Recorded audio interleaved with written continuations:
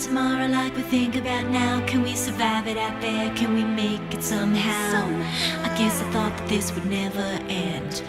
and suddenly it's like we're women and men. Will the past be a shadow that will follow us round? Will these memories fade when I leave this town? I keep thinking that it's not goodbye. I keep on thinking it's our time to fly. As we go on, we remember all the times we had together. And as our lives change from whatever, we will still be friends forever. As we go on, we remember. ကြွားရောက်လာကြတဲ့အဲ့တော်လူကြီးမင်းများဖိတ်ကြားထားတဲ့အဲ့တော်လူကြီးမင်းများဆရာဆရာမများကျောင်းသားကျောင်းသူရဲ့မိဘများနဲ့ကျောင်းသားကျောင်းသူများအားလုံးပဲမင်္ဂလာမနက်ခင်းလေးပါခင်ဗျာ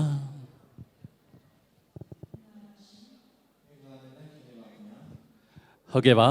ယနေ့ကျင်းပတဲ့ကျွန်တော်တို့ရဲ့ SIR Private High School ရဲ့ Award Ceremony အခမ်းအနားကိုကြွားရောက်လာကြတဲ့အဲ့တော်လူကြီးမင်းများဤခမ်းမတွင်မှာရှိနေတဲ့အဲ့တော်လူကြီးမင်းများအားလုံးဟာစိတ်ချမ်းသာခြင်းကိုယ်ဤကျမ်းမာခြင်းများနဲ့ပြည့်စုံပါစေကြောင်းဥစွာပထမနှုတ်ခွန်းဆက်ဂါရဝပြုအပ်ပါတယ်ခင်ဗျာကျွန်တော်တို့ယနေ့အခမ်းအနားစီစဉ်မှာဂုဏ်ယူစွာစီစဉ်တင်ဆက်သူဖြစ်ပြုလုပ်မဲ့တူရပဲဖြစ်ပါတယ်ခင်ဗျာ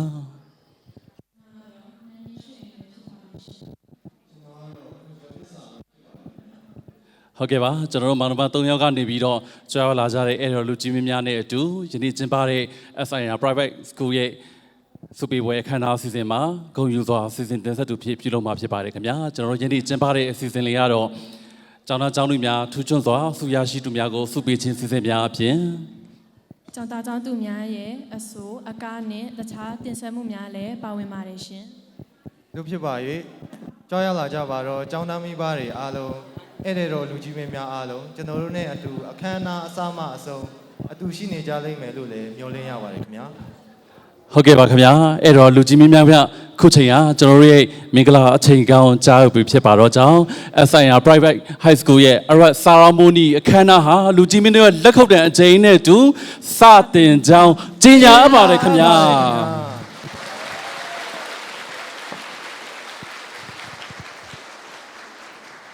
အထူးပဲကျေးဇူးတင်ရှိရပါတယ်အဲ့တော့လူကြီးများခင်ဗျကျွန်တော်တို့ရဲ့အစီအစဉ်မှာကျောင်းသားကျောင်းသူများရဲ့စုပေးခြင်းများ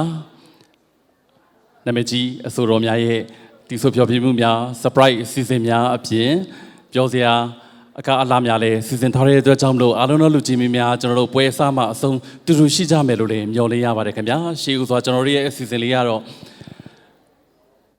ကျောင်းဆရာမကြီးဒေါ်ဝင်းစီကနေပြီးတော့အဖွင့်အမှာစကားပြောကြားမယ့်အစီအစဉ်ပဲဖြစ်ပါတယ်ခင်ဗျာညီမလေးကျောင်းဆရာမကြီးကိုဖိတ်ခေါ်ပေးပါအောင်ခင်ဗျာဟုတ်ကဲ့ပါဆက်လက်၍ဆရာမကြီးဒေါ်ဝင်းစီအားအမှာစကားပြောကြားရင်အတွက်စင်မြင့်ဖက်သို့လေးစားစွာဖိတ်မတကားပြုအပ်ပါတယ်ရှင်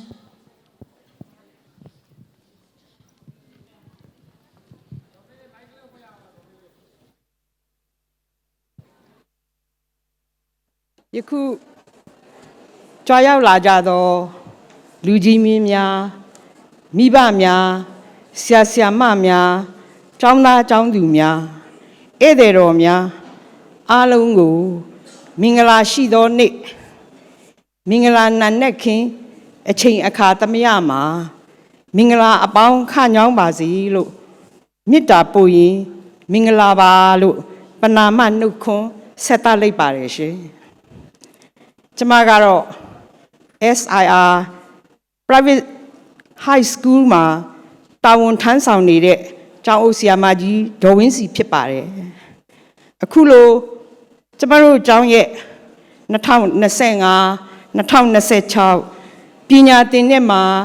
ပညာသင်ယူခဲ့ကြတဲ့ Grade 10 Grade 11နဲ့အထူးသဖြင့်တက္ကသိုလ်ဝင်တန်းဖြစ်တဲ့ Grade 12ကိုကျော်ဖြတ်နိုင်ခဲ့ကြတဲ့ကျောင်းသားကျောင်းသူများရဲ့အောင်မြင်မှုဂုဏ်ပြုပွဲကိုချီးမြှောက်တက်ရောက်ပေးကြတဲ့ဂုဏ်သရေရှိလူကြီးမင်းများမိဘများကျောင်းသားကျောင်းသူများအားလုံးကိုကျမတို့ရဲ့အခုဆိုရင်တစ်နှစ်ခွဲသားတာရှိသေးတဲ့ SIR ကျောင်းရဲ့ကိုစားကျေးဇူးအထူးတင်ရှိပါတယ်ရှင် ဒီလိုနေ့မျိုးဖြစ်ဖို့ကျမတို့ရဲ့ကလေးများဟာရခင်နှစ်ကနေပြီးတော့မှနှစ်အစကတည်းကသူတို့မှာရှိနေတဲ့လုံလဝရိယဇွဲအားကုန်စိုက်ထုတ်ပြီးတော့မှစူးစမ်းခဲ့ကြပါတယ်ဒီထောင်တဲ့သူဆရာဦးချမ်းငင်းကိုဆရာမတော်အိန္ဒြေဟန်ဖူးနဲ့အတူကျမတို့ဆရာမများရုံးဝန်သားများအားလုံးကလည်းအချိန်နဲ့အမျှအားကုန်ပံ့ပိုးကူညီပေးခဲ့ကြပါတယ်ဒါကြောင့်မလို့လေဒီနေ့ဟာကလေးတွေရဲ့အောင်ပွဲမိဘတွေရဲ့ဂုဏ်ယူရတဲ့ပွဲဖြစ်ပါတယ်ဒါကြောင့်မလို့ဒီကျမတို့ရဲ့တစ်နှစ်သားလေးအခုဆိုရင်တော့တစ်နှစ်ခွဲသာရှိသေးတဲ့ကျမတို့ရဲ့ SIR school လေးဟာအောင်မြင်မှုအသီးအပွင့်လေးတွေဝေစာလာပြီးတော့ SIR ကိုစားအောင်မြင်မှုတွေကိုတည်ဆောင်ပေးကြတဲ့ကလေးများကိုလည်းအထူးကျေးဇူးတင်ရှိပါတယ်ဆရာမများကလည်းပင်ပန်းသမျှအမောပြေပြီးတော့ကလေးများအတွက်ဂုဏ်ယူမိပါတယ်ဒီလိုပါပဲအခုလက်ရှိပညာသင်ယူနေကြတဲ့ကလေးများဟာလည်းမိမိတို့ရဲ့ရှေ့မှာလမ်းပြသွားကြတဲ့အကိုအမတွေဟာဘယ်လိုစူးစမ်းသင်ယူခဲ့တယ်ဘယ်လိုလုံလဝရိယဇွဲတွေစိုက်ထုတ်ပြီးတော့မှဘယ်လိုယူခဲ့ကြတယ်ဆိုတာကိုအတူယူပြီးတော့မှမိမိတို့ရဲ့ဂုဏ်ကျောင်းဂုဏ်မိဘရဲ့ဂုဏ်မြို့နယ်ဂုဏ်ပြည်နယ်ဂုဏ်တိုင်းပြည်ရဲ့ဂုဏ်ကိုဆောင်နိုင်တဲ့သားကောင်းသမီးကောင်းများဖြစ်ဖို့ရိုးသားကြိုးစားသင်ယူတတ်သောစီကံလိုက်နာတတ်သောကိုယ်စိတ်နှုတ်အမှုအကျင့်ကောင်းမွန်လိုက်နာတတ်သောသူများဖြစ်ဖို့ပြောကြားလိုပါတယ်ယခုလက်ရှိအောင်မြင်သွားတဲ့သားတို့သမီးတို့ကလည်းယခုမှဒီနောက်အဆက်ဆက်မကုန်ခန်းနိုင်သောပညာများကိုသင်ယူတိုးပွားပြီးတော့မိမိတို့ရည်မှန်းထားတဲ့အတိုင်းပန်းတိုင်ကိုရောက်ရှိကြပါစေအလိုဆန္ဒပြေဝကြပါစေဉာဏ်ပညာကြီးပွားပြီးတော့အများအလယ်မှာတင့်တယ်ပါစေဂုဏ်သတင်းကြော်စောပြီးတော့မှချစ်ခင်ကူညီဆောင်ရှောက်ဖြည့်ဆည်းသူများပေါ်များကြပါစေလို့ဆုတောင်းမြတ်တာပို့လိုက်ပါတယ်ယခုတက်ရောက်ဂုဏ်ပြုပေးကြတဲ့သူများအားလုံးကလည်းကျမ်းမာချမ်းသာပြီးတော့မှပျော်ရွှင်မှုအပေါင်းခညောင်းပါစေလို့ဆုတောင်းရင်းနဲ့ကျမဒီမှာပဲနှိကုံးချုပ်လိုက်ပါတယ်ရှင်